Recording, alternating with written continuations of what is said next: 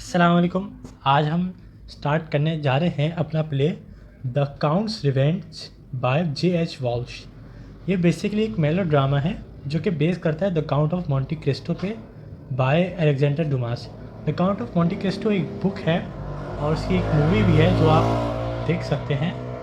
तो ये उसके ऊपर बेस करा हुआ एक मेलो ड्रामा है। मेलो ड्रामा बेसिकली एक प्ले होता है with a plot twist and has a happy ending. ठीक है जी। बेसिक नॉर्मली हैप्पी एंडिंग होती है, सैड एंडिंग भी हो सकती है।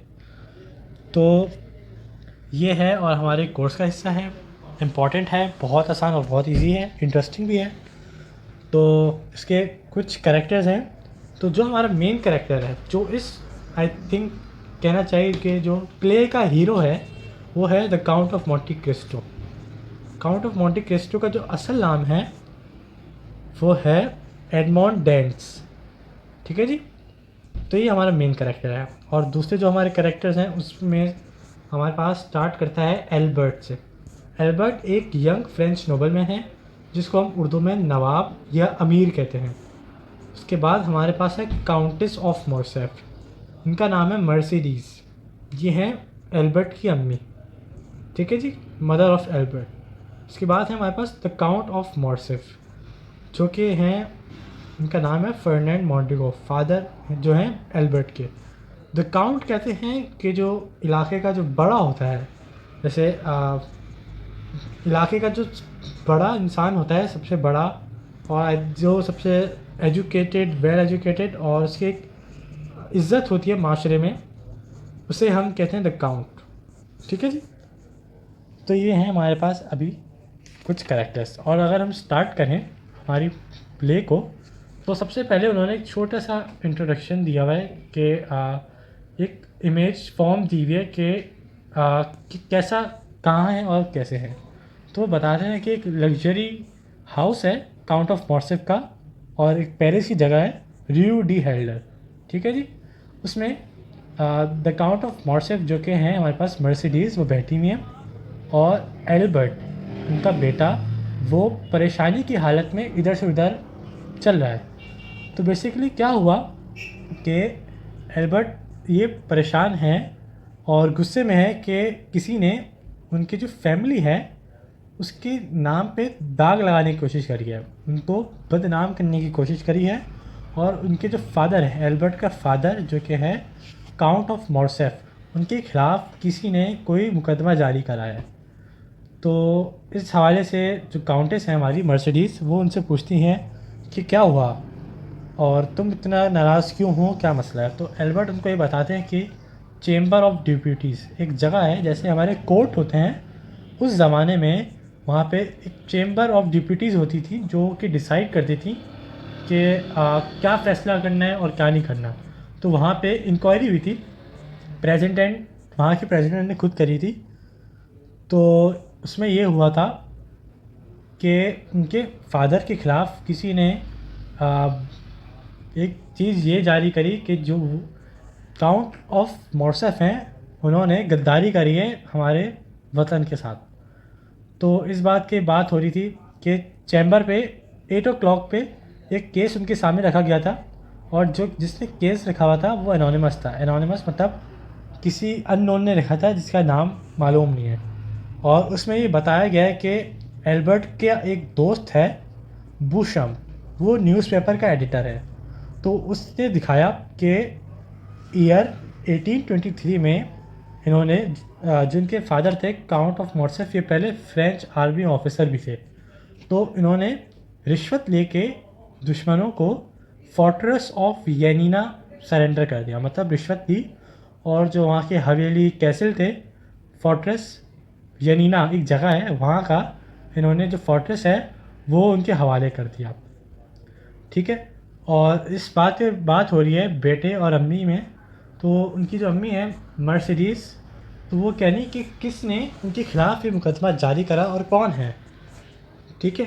तो एल्बर्ट ने बताया कि वो तो अननोन बंदा है और ये पूछा कि क्या तुम्हारे वालिद ने इस मुकदमे पर हामी भरी कि जी मैंने करी है।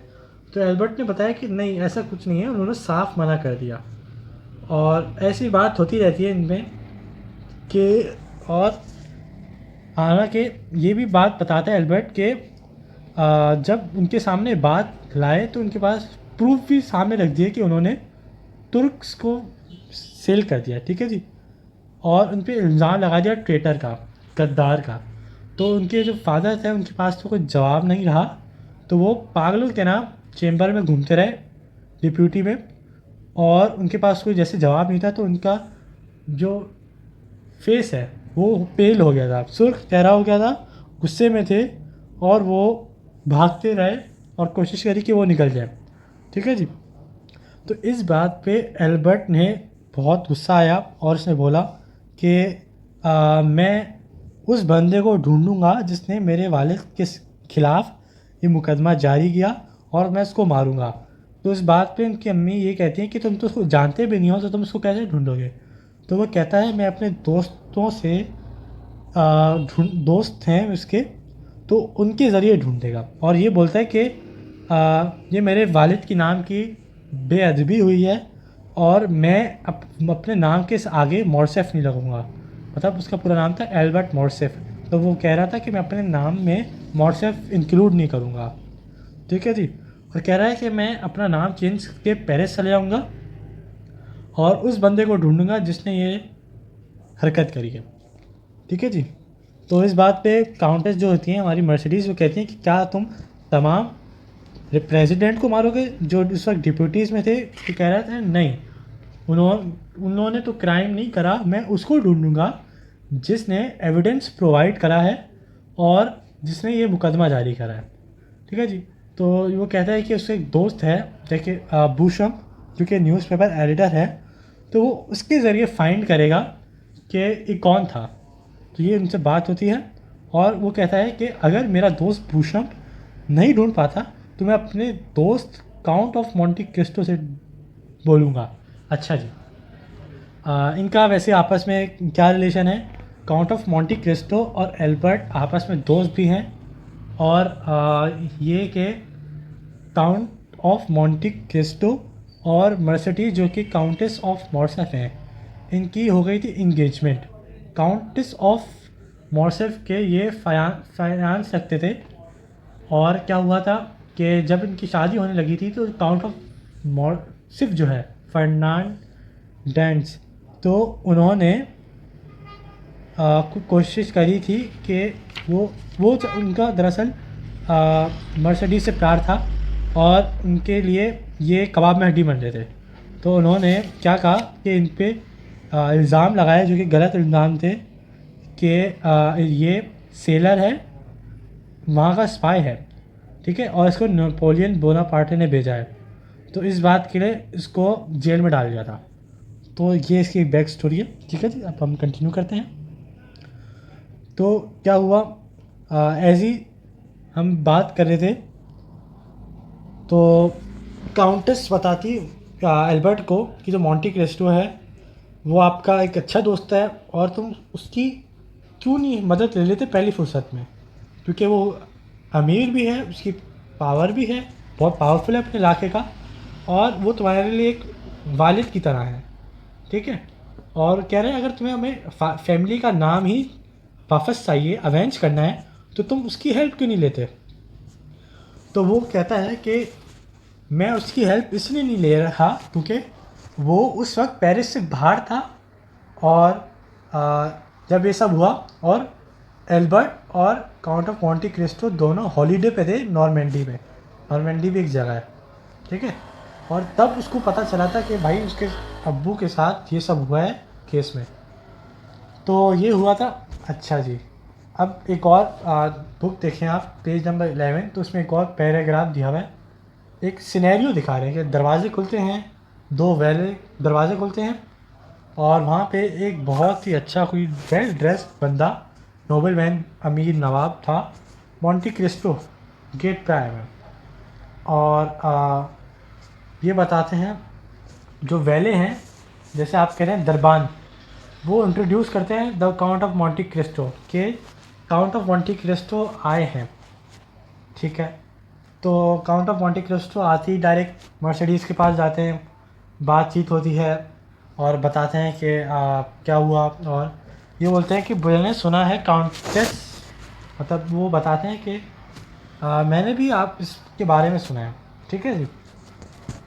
और एल्बर्ट के से बात करते हैं कि आप जब हम नॉर्मंडी में थे तो क्या हुआ, ये बात होती है इनसे और कहते हैं कि भाई एल्बर्ट बताता है कि मेरी फादर का डिसग्रेस होता है और मॉन्टी क्रिस्टो एग्री करता है कि हाँ मुझे पता चला है, और ये भी कहते हैं कि जो बदनामी हुई है वो सही हुई है। और ये कहते हैं, पूछता है कि एल्बर्ट तुम्हारे हिसाब से क्या है, सही है या गलत है, और तुम्हारे क्या प्लान्स हैं फ्यूचर के लिए। इस पे वो जवाब देता है एल्बर्ट बहुत गुस्से से कि सबसे पहले मेरा काम यह है कि मैं एनिमी को ढूंढूंगा और अपने फैमिली का नाम अवेंज करूंगा, वापस लूँगा। अच्छा जी। तो इस बात पे मॉन्टी क्रिस्टो उसको वो करता है, टॉन्ट करता है कि अच्छा फैमिली का नाम, अच्छा, और कहता है कि बिल्कुल तुम अपने अब्बू की तरह वीक और फियरफुल हो, और तुम्हें तो पता है कि तुम्हारे बाप ने बहुत क्रूर इंसान था, बहुत जालिम था, और ट्रेटर भी प्रूफ हो गया अब तो सारी कंट्री के सामने, और तुम ऐसे इंसान का नाम वापस लाना चाहते हो, अवेंज करना चाहते हो। ये होता है तो एल्बर्ट भी थोड़ा गुस्सा आता है, बोलता है कि मैं सबसे पहले उसके ढूंढूंगा और मुझे आपकी चाहिए हेल्प, ठीक है, ताकि मैं अपने फादर्स की डिसग्रेस को मिटा चुकूँ। और कहता है कि मैंने बुशम को तो बात हुई है, बुशम ने मुझे प्रॉमिस करा है कि वो असिस्ट करेगा, हेल्प करेगा मेरी। अच्छा, तो यही बात होती है। तो मॉन्टे क्रिस्टो कहता है कि तुम्हें अगर वो मिले तो मुझे बताना, ठीक है। और वो पूछता है कि जब तुम्हें मिले तो मुझे बताना, और अगर मिल भी जाए तो क्या करोगे। तो वो कहता है कि मैं उसको चैलेंज करूँगा ड्यूल का। ड्यूल क्या होता है, ड्यूल एक बेसिकली लड़ाई होती है जो आम तौर पे इन नवाबों या बड़ी पोस्ट वालों लोगों में होती है अलग अलग बात पर, जैसे कि प्रॉपर्टी का मामला है, इज़्ज़त का मामला है, बड़ाई दिखानी है किसी को, तो उसके हिसाब से लड़ाई लड़ी जाती है। और उसमें क्या होता है, एल्बर्ट एक होता है इसमें सेकंड वो बंदा होता है जो कि मैं लड़ रहा हूँ तो मेरा दोस्त है वो मेरे लिए सेकंड है। वो क्या करेगा, वो करेगा कि मेरे लिए जगह डिसाइड करेगा कहाँ होगा, टाइम डिसाइड करेगा और वेपन्स डिसाइड करेगा कि और जिसने चैलेंज करा है तो उसके पास इख्तियार होता है वो कौन सा वेपन ले, कि अगर उसको गन चलानी है या वो तलवार से लड़ेगा। अच्छा जी, ये है बेसिकली इलीगल है, और इसको सब जब ये लड़ी जाती होती है तो उसके लिए डॉक्टर भी रेडी करते हैं कि अगर इंजरी हो जाए तो डॉक्टर हो, और अगर बंदा मर जाए तो उसके लिए कफन का भी इंतज़ाम होता है साथ साथ। इलीगल है तो कोशिश ये करते हैं कि अंडरग्राउंड मामला रहे। तो ये है। अच्छा जी, अब हम आगे आगे बढ़ें। तो बोलता है मॉन्टी क्रिस्टो कि, तो वो ये कहता है कि तुम तो जानते हो मेरा क्या थिंकिंग है ड्यूल के हवाले से, और मैंने तुम्हें एक दफ़ा बताया भी था जब हम रोम में थे। तो वो बताता है कि ड्यूल से उसके मॉन्टी क्रिस्टो की नज़र में ड्यूल की इतनी अहमियत नहीं है।